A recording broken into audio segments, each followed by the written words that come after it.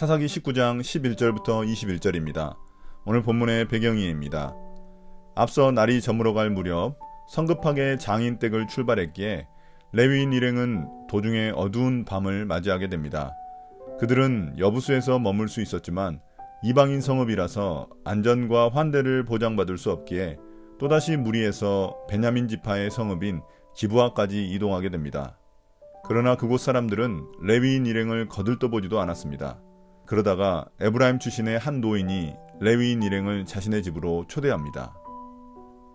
11절부터 15절입니다. 대접받지 못한 레위인. 그들이 여부스 가까이에 이르렀을 때에 벌써 하루 해가 저물고 있었다. 그의 종이 주인에게 말하였다. 이제 발길을 돌려 여부스 사람의 성읍으로 들어가 거기에서 하룻밤 묵어서 가시지요. 그러나 그의 주인이 그에게 대답하였다. 안 된다. 이스라엘 자손이 아닌 이 이방 사람의 성읍으로 들어갈 수는 없다. 기브아까지 가야 한다. 그는 종에게 또 말하였다. 기브아나 라마 두 곳 가운데 어느 한 곳에 가서 묵도록 하자. 그래서 그들이 그곳을 지나 계속 나아갈 때에 베냐민 지파의 땅인 기브아 가까이에서 해가 지고 말았다. 그들은 기브아에 들어가서 묵으려고 그리로 발길을 돌렸다. 그들이 들어가 성읍 광장에 앉았으나 아무도 그들을 집으로 맞아들여 묵게 하는 사람이 없었다.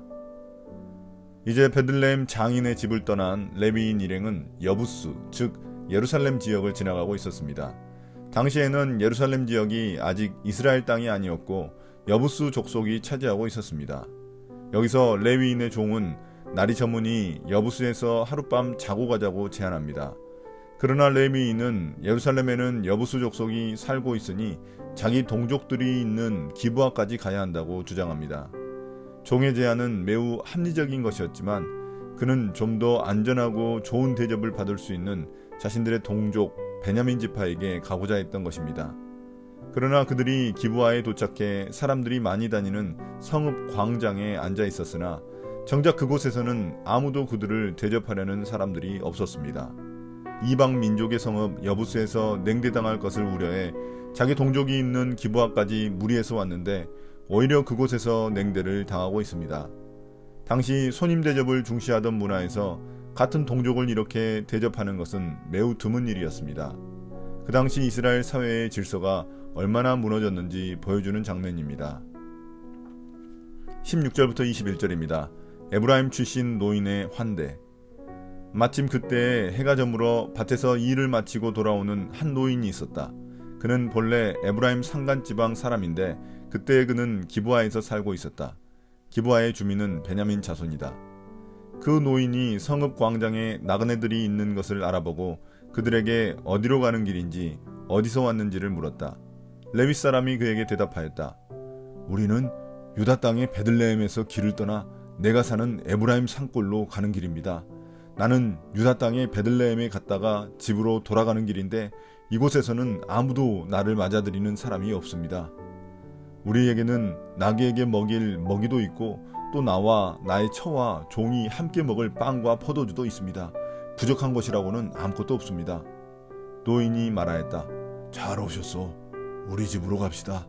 내가 잘 돌보아 드리리다. 광장에서 밤을 새워서는 안 되지요. 노인은 그들을 자기 집으로 데리고 들어가서 나귀에게 먹이를 주었다. 그들은 발을 씻고 나서 먹고 마셨다. 늦은 저녁이 돼서야 밭에서 돌아오던 한 노인이 그들을 지나치지 않고 말을 걸어옵니다. 그 노인은 에브라임 산간지방에서 이곳으로 와 타향살이를 하고 있던 사람입니다. 결국 그들을 환대해준 사람은 그곳 기브아 사람들이 아닌 타짓 사람이었던 것입니다. 이제 그 노인이 레위인에게 출신과 행선지를 묻자 레위인은 자신이 베들레헴에서 오는 길이며 에브라임 산지를 향하여 가는 도중 이곳에 들린 것임을 밝힙니다.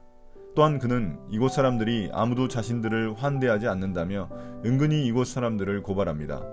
그러면서 자신은 먹을 양식과 나귀에게 줄 먹이도 있어 재워줘도 크게 번거롭지 않을 것이라는 사실을 강조합니다. 이곳 인심도 안 좋고 시간도 늦어 이 노인이 마지막 희망이라고 생각했기 때문입니다. 이에 노인은 레위인이 자신과 같은 지역 출신이라는 것이 마음에 들었던지 그들을 자신의 집으로 초대합니다. 그러면서 노인은 이곳 광장에서 밤을 지새우면 안 된다는 말을 덧붙여 이곳이 위험한 곳임을 넌지시 암시해 줍니다. 노인은 그들을 자기 집으로 데리고 가서 그들의 나귀에게 먹이를 주고 그들이 씻고 먹을 수 있도록 해주었습니다. 이 이야기에서 주목할 점은 기브아 사람들이 나그네를 대접하지 않는 것이 일상적인 것으로 보인다는 점과 노인이 레위인에게만 집중하고 그 일행에게는 큰 관심을 보이지 않는 점입니다. 또한 타향살이를 하는 노인은 그곳에서 약자에 속한 사람으로서 위험에 노출되기 쉽다는 사실입니다. 오늘의 묵상 포인트입니다. 첫 번째, 하나님은 누구신가? 하나님은 나그네에게 긍휼을 베푸시는 분이십니다. 고대 근동 지역에서는 나그네를 환대하는 것을 매우 중요하게 여겼습니다. 또한 신명기 10장 19절에서 말씀하신 하나님의 명령이기도 합니다. 그런데 기브아 사람들은 자신의 동족이자 종교 지도자인 레위인을 환대하지 않았습니다. 우리는 얼마나 우리의 도움이 필요한 이웃에게 얼마나 관심을 기울이고 있습니까? 두 번째, 우리는 어떤 존재인가? 우리는 내 이익에만 주로 관심이 있는 사람들입니다. 오늘 말씀에서 하나님을 잊어버린 이스라엘 백성들은 이웃에 대한 관심을 잃어버렸습니다. 오히려 타향살이를 하며 세상의 낮은 위치에 있던 노인이 긍휼을 베풀어 줍니다. 많이 가졌기 때문에 베풀 수 있는 게 아니라 적게 가졌어도 마음이 풍성해야 베풀 수 있습니다. 나의 마음은 얼마나 풍성합니까? 오늘의 기도입니다. 주님, 이제 곧 크리스마스가 다가옵니다. 주님이 이 땅에 오신 날을 기억하며 주변의 이웃에게 관심과 사랑을 베풀 수 있게 해 주십시오. 이기적인 마음을 내려놓고 나와 관계없는 사람일지라도 내가 가진 것을 나눠주게 해 주십시오. 예수님 이름으로 기도드립니다. 아멘.